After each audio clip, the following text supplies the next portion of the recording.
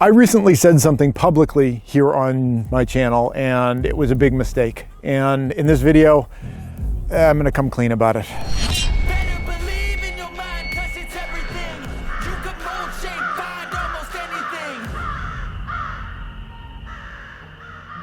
The interesting thing about thumbnails and titles on YouTube is that while a lot of people use them to try to get as many people as possible to watch their videos, I kind of take a different approach and I create my thumbnails and my titles to try to get the right person to watch a video. And this video is very guilty of using that tactic. No, this video is not about a mistake that I made. This video is about the kind of person that seeks out videos where they think they're going to see somebody making some kind of mistake for the purpose of like ridiculing that person. Now, here on the internet, we tend to call those people trolls.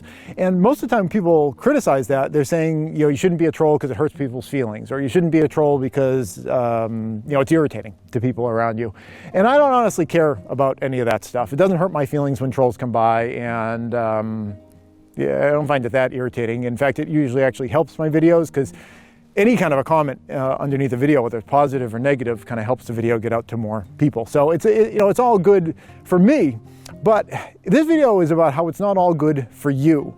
So if you've got the patience, which you probably don't, to watch the rest of this video, which is about questioning some of your behaviors, and if you have the openness to consider whether some of your behaviors might be harming you, which you probably don't, stick around. Okay, I want to be kind of brief with this, and that's one of the reasons I'm shooting this outside where it's freaking cold, is I'm hoping this will motivate my mouth to get this message out quickly, because I got things I got to take care of inside. And that's kind of part of the message here. Time is precious. There's only so much of it. And what are you going to use your time for? I'm using the next, hopefully less than 10 minutes to try to, help some people to get over an issue that I see people having.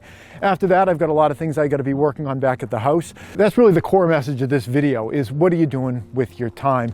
And I want to be really specific about trolls on prepping and preparedness channels, because I host a prepping and preparedness channel. What's motivating this is I recently did a video about the idea of moving potentially down to South America, down to Uruguay. The plan was one that I was kind of creating with the idea that I wanted to have some kind of a backup plan if things here in the Northern Hemisphere got really nukey, or any number of other sorts of issues. I wanted to have some kind of a backup plan for that.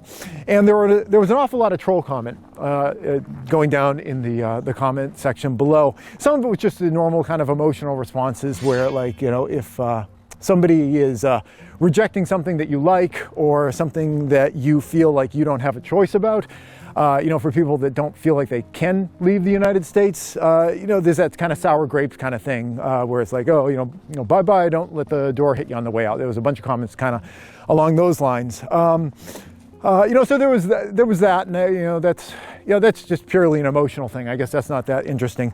But there were two other types of comments that came up an awful lot, and some of them were more trolly than others. Some of them were just maybe kind of more naive, and others were intended to be kind of more mean-spirited. But they get at some real things that I think are kind of rampant here in the prepping community. I wanted to talk about those.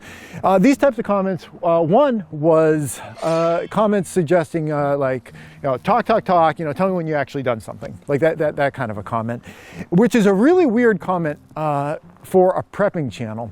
These are prepper trolls that are incredulous that in a prepping video on a prepping channel that the host talks about preparing for things. I wonder how many prepper trolls are out there that kind of have that as a mindset, that it's all about action and not about thinking things through, not about preparing for anything. There were some comments about like, why are you blowing this up into a whole video? It's super simple. You just buy a plane ticket and you go. There's an awful lot more to it than that. From learning the culture to learning the different areas of a country you might want to go to, learning the language. If you're moving to South America, I don't speak Spanish, and it's one of the things I'm actually going to be working on a lot today. Every single day I'm working on my Spanish. Learning about immigration and customs and currency and exchange rates. And there's a lot of preparation. Even if you're not a prepper and you're going to be taking a pretty substantial trip like that, maybe these people just don't travel. Maybe they just don't know what's involved. It's kind of, I suppose it's that kind of like a layperson's sense of things where they oversimplify and they don't realize, if they've never done it themselves, that, there's a fair bit there.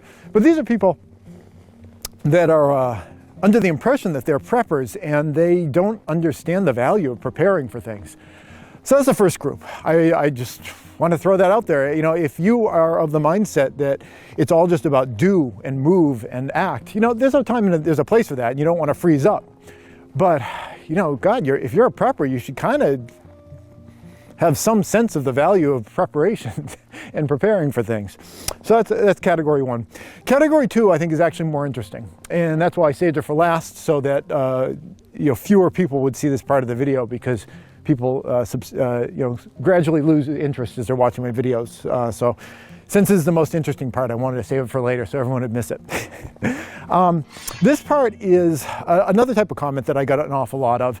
And this was, actually, before I get into this, I want to say that one person suggested the idea of moving to Uruguay, which is a beautiful country with palm trees and rolling fields and like a really nice mild climate and encrusted by beaches. Beautiful, beautiful country. They suggested that moving there was akin to running away and hiding in a coffin. Sometimes trolls just get really desperate. They're grasping at straws, I think, sometimes. The beautiful vacation destination coffin that you can go to, which is the exact opposite of what the majority of the comments that I'm about to talk about were, which is that what I was describing sounded a lot less like creating kind of like a prepper retreat plan than it did creating a plan for setting up like a second vacation home. And that's exactly the point. And this is really the key message of this video, is that prepping and preparedness is not separate from life. Prepping and preparedness is just a part of being alive. Prepping and preparedness is just maximizing the quality of your life and the duration of your life to some degree. It's putting the seatbelt on in the car when you get in, because there's a chance you might be in a car wreck. It's like looking at the weather forecast and seeing maybe there's like a 30% chance of rain, and despite the fact that it probably won't rain that day, it's throwing a raincoat in the back of your backpack or something, just in case. So if it starts raining, you can be a little bit more comfortable. Prepping and preparedness is about appreciating and enjoying and maximizing your life.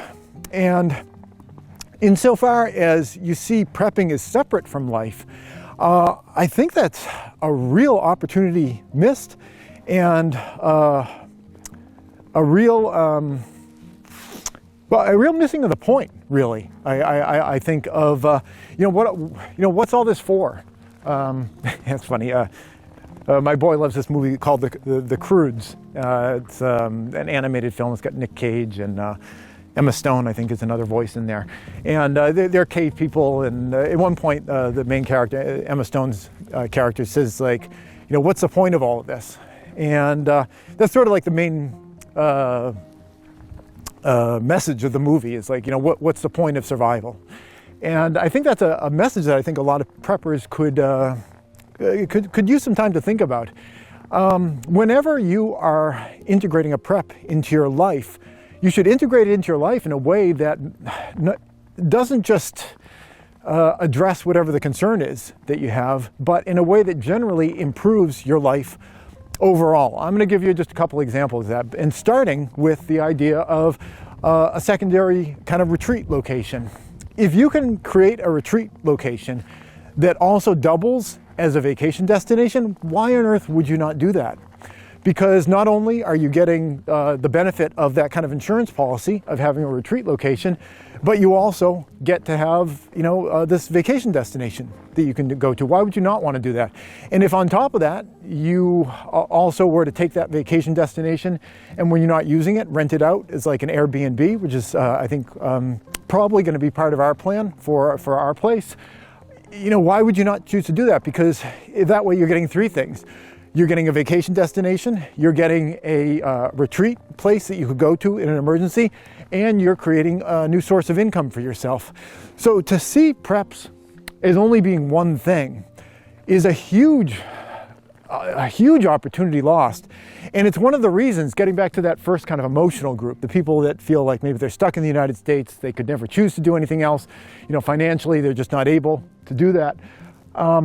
It's a real big reason why there are so many people like that exist, because they're missing out on opportunities for, the preps that they have to be both insurance and enrich the quality of their life, and also become an enhanced source of income or a new way to save money or something like that.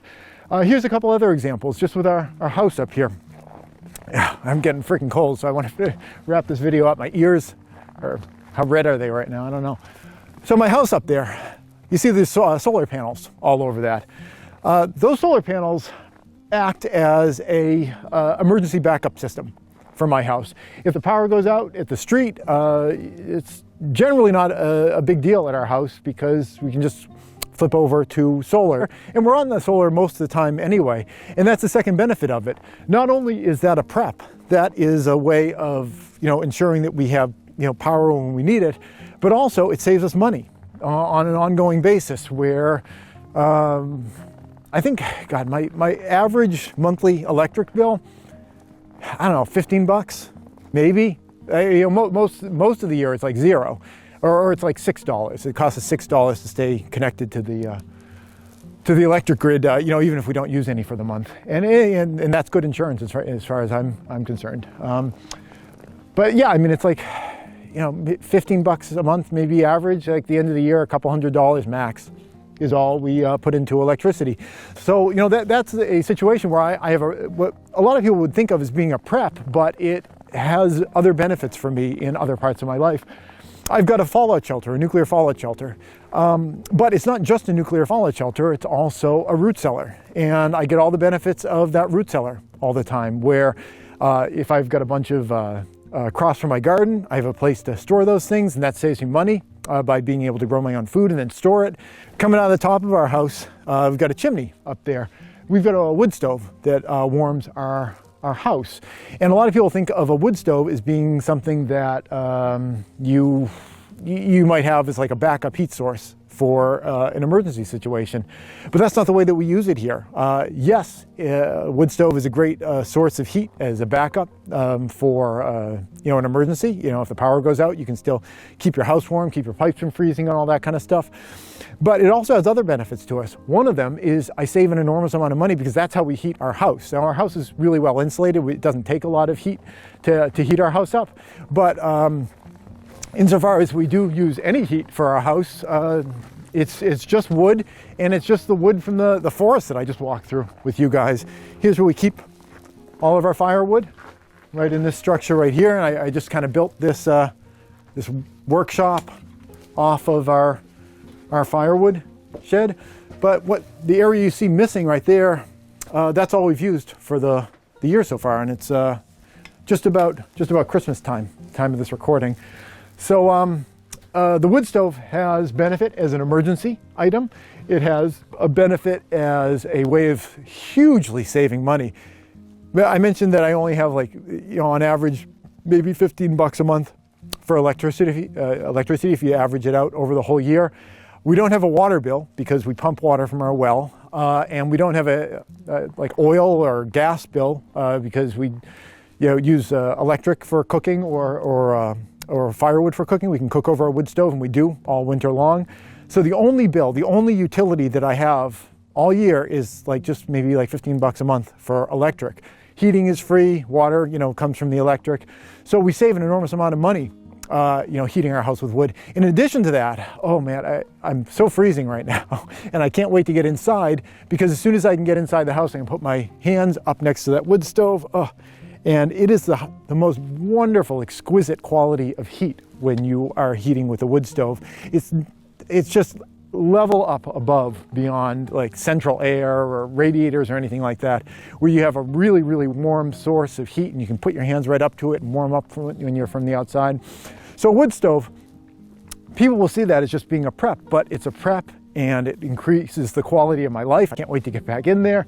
It increases the quality of my finances by having that available to us, so that we can save money on heat. All the wood in this firewood shed, it's just free from the woods. I just, pick it up, chop it up, split it up into little logs, and we save so much money that way.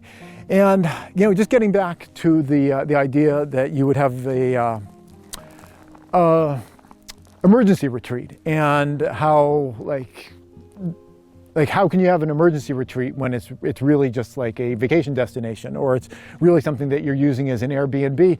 Things don't only have to be one thing, and the more that you can get cross benefit out of things, it's going to just multiply all of your available resources in your life, and you're not going to feel that kind of scarcity that I think prompts people to turn into trolls and want to rip down at other people that are more successful at something than they are.